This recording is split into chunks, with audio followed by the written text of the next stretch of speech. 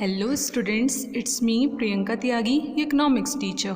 Welcome back to you all in Priyanka Tyagi's tutorial. So class 9th, आज हम आपका economics में second chapter start करने जा रहे हैं, that is people as a resource. तो चैप्टर को समझने से पहले हम सबसे पहले जानेंगे कि आखिर रिसोर्स क्या है। रिसोर्स यानी कि कोई भी ऐसी चीज़ की उपलब्धता होना जिससे कि हम कुछ बेनिफिट उठा सकें। जैसे कि वाटर अगर हमारे पास अवेलेबल है, वाटर की अगर उपलब्धता है तो हम उससे क्या बेनिफिट उठा सकते हैं, इलेक्ट्रिसिटी प्रोड्यूस कर सकते हैं या फिर अपने जो भी रोज़मर्रा के काम हैं उसको कर सकते हैं, तो दैट इज़ रिसोर्स। ऐसी पीपल भी हमारे लिए रिसोर्स है, हम ह्यूमन बींग्स भी रिसोर्स हैं अपनी कंट्री के लिए। तो this chapter is an effort to explain population as an asset for economy rather than liability. तो इस चैप्टर में हम यही समझेंगे कि जो हमारे पास पीपल है, पॉपुलेशन है, वो हम इकोनॉमी के लिए एसेट है, ना कि लायबिलिटी। तो पहले समझेंगे कि ये एसेट एंड लायबिलिटीज़ आखिर है क्या। तो एसेट यानी कि कोई भी ऐसी वस्तु या फिर इंसान जो हमें फ़ायदा दे, तो वो आपका एसेट होता है। बट लायबिलिटीज़ क्या है, कोई भी ऐसी वस्तु या इंसान जो हमारे लिए रिस्पॉन्सिबिलिटी है वो हमारी लायबिलिटी है। लायबिलिटी यानी कि दायित्व, जो कार्य हमें करना ही होता है। जैसे अगर आपके पेरेंट्स आपको पढ़ा रहे हैं, लिखा रहे हैं, आपको एक अच्छा इंसान बना रहे हैं, तो वो अपने दायित्व को, अपनी लायबिलिटीज़ को पूरा कर रहे हैं। और आप कितनी लायबिलिटीज़ पूरी कर रहे हैं ये आप जानते हैं। आपकी क्या लायबिलिटीज़ है पेरेंट्स के लिए ये आप जानते हैं। और अगर आप अपनी लायबिलिटीज़ जानते हैं अपने पेरेंट्स के प्रति, तो मैं चाहूँगी कि यहाँ पर आप उन्हें कमेंट सेक्शन में ज़रूर लिखें। और बड़े होकर जब आपके पेरेंट्स अपनी लायबिलिटी अच्छे से पूरी कर देंगे और आप भी अपनी लायबिलिटीज़ को अच्छे से पूरा कर देंगे, तो आप अपने पेरेंट्स के लिए बन जाएंगे एसेट्स। सो एसेट यानी कि वो संपत्ति जो उन्हें फ्यूचर में फ़ायदा पहुंचाएगी और सोसाइटी को भी as well as. So asset and liability I think आपको क्लियर होगा। सो पॉपुलेशन एक कंट्री की, उसके लिए एसेट होती है, ना कि एक liability. Population become human capital when there is an investment made in the form of education, training and medical care. Population human capital तब बनती है जब हम उसमें इन्वेस्टमेंट करें, उसकी education, training and medical care में। So population can be converted into human capital when the investment is done in the form of education, training and medical care. तो इस रूप में जब हम पॉपुलेशन में खर्चा करेंगे तो वो हमारी ह्यूमन कैपिटल बन जाएगी, मानव पूंजी वो बन जाएगी। तो आखिर ये ह्यूमन कैपिटल है क्या, पहले वो समझेंगे अब। तो ह्यूमन कैपिटल यानी कि stock of knowledge, skill, ability and education embodied in a person. तो ह्यूमन कैपिटल यानी कि ह्यूमन की कैपिटल, मानव की पूंजी क्या है, उसका नॉलेज, उसका स्किल, उसकी एबिलिटी, उसकी एजुकेशन, जो भी एक पर्सन में है, ये सारी उसकी पूंजी है। और इन सभी चीज़ों को इम्प्रूव किया जा सकता है अच्छी education, training and medical care के द्वारा। When the existing human resource is further developed by becoming more educated and healthy, it is called human capital formation. जो भी हमारी पॉपुलेशन है, तो जब हम उसमें क्या करते हैं, उनकी एजुकेशन और हेल्थ पे खर्चा करते हैं, तो वो कहलाता है हमारा human capital formation. Investment in human capital through education, training, medical care give a return just like investment in physical capital. तो जो भी इन्वेस्टमेंट हम ह्यूमन कैपिटल में करते हैं या ह्यूमंस में करते हैं, उनको अच्छी एजुकेशन, ट्रेनिंग और मेडिकल केयर देने में, तो वो भी हमें वैसे ही रिटर्न देती है जैसे हम जब इन्वेस्टमेंट करते हैं किसी फिज़िकल कैपिटल में।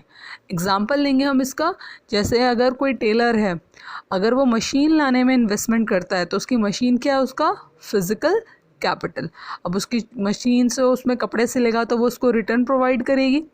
मशीन में उसने पैसे खर्च किए हैं और वो मशीन उसको रिटर्न देगी।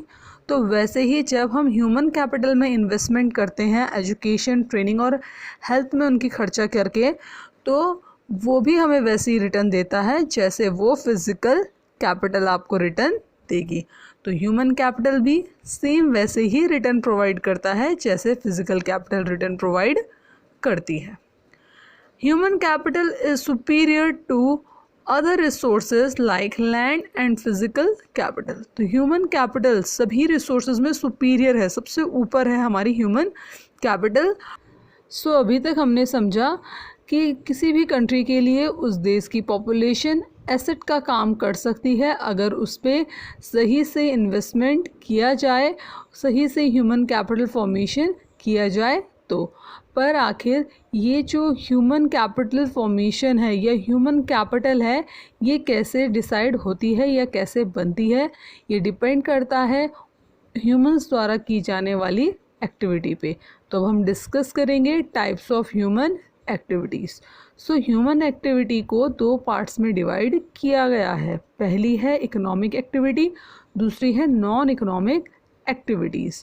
सो activity which are related to earning money are economic activity. वो सारी एक्टिविटी जिनको करने से हम पैसे कमाते हैं वो होती है इकोनॉमिक एक्टिविटी।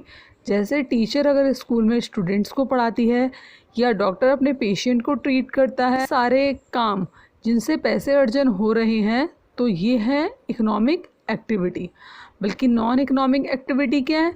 वो एक्टिविटीज़ जिनको हम करते हैं out of love and affection, वो होती हैं आपकी नॉन इकोनॉमिक एक्टिविटीज़। जैसे कोई भी मदर अपने घर में काम करती है तो वो क्या है, उनकी नॉन इकोनॉमिक एक्टिविटीज़। या फिर अगर टीचर कोई अपने बच्चे को पढ़ाती है तो वो उसके लिए क्या है, नॉन इकोनॉमिक एक्टिविटीज़, क्योंकि वो उस चीज़ के लिए पैसा पे नहीं कर रही है। तो that are non economic activities.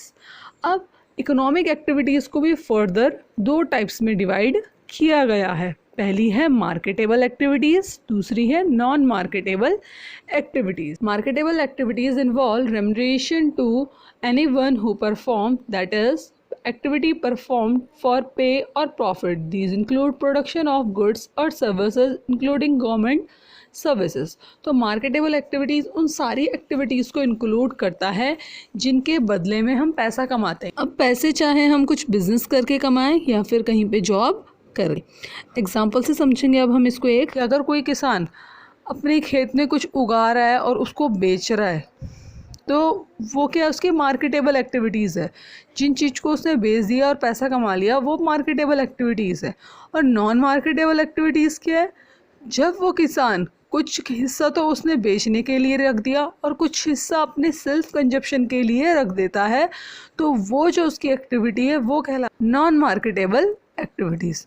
Marketable activities कौन सी?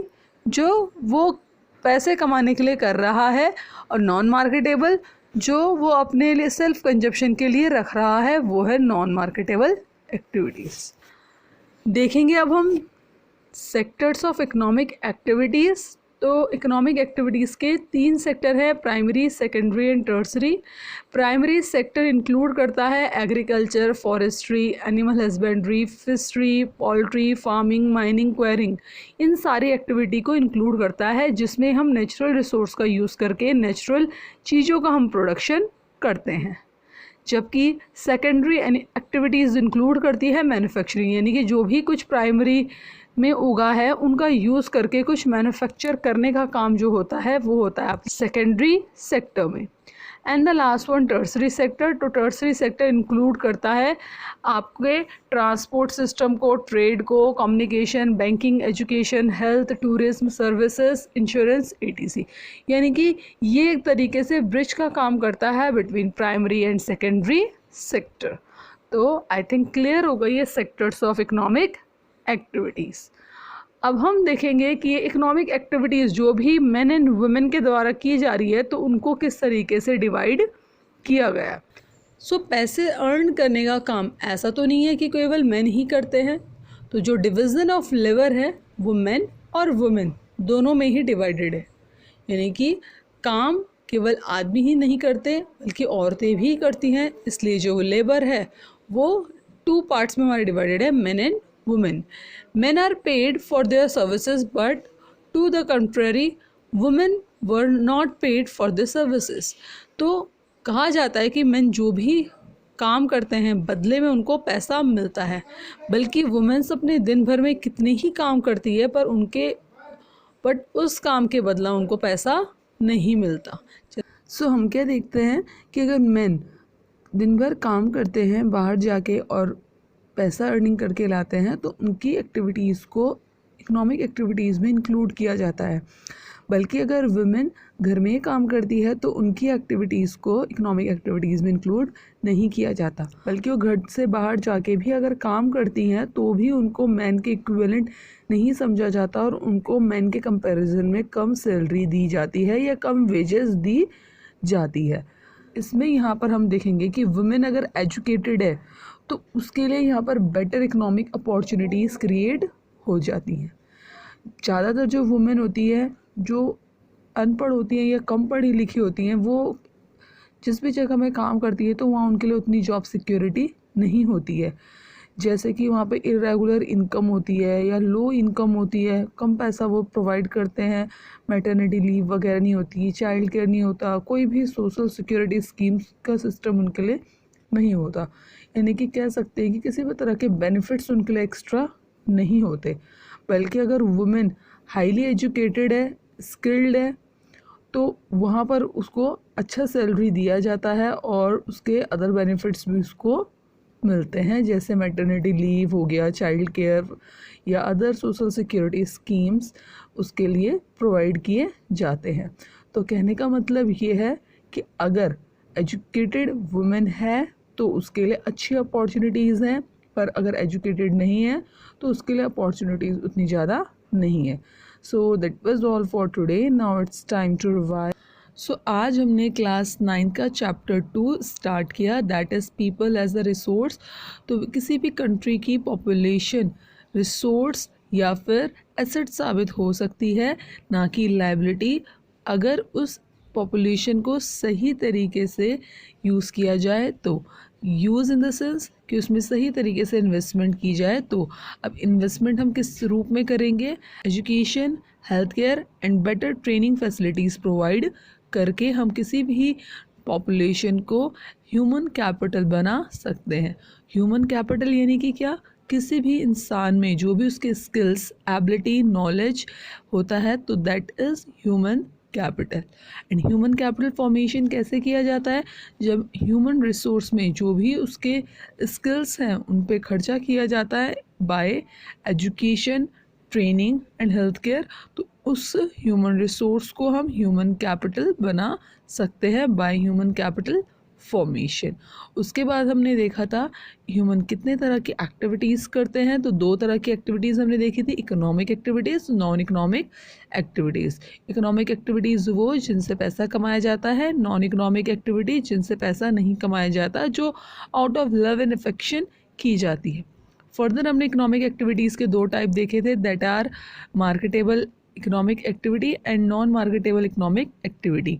मार्केटेबल इकोनॉमिक एक्टिविटीज़ वो एक्टिविटीज़ है जिनको करने से कुछ पैसे की अर्निंग होगी, जिनसे कुछ पैसा कमाया जाएगा, वो मार्केटेबल इकोनॉमिक एक्टिविटीज़ है।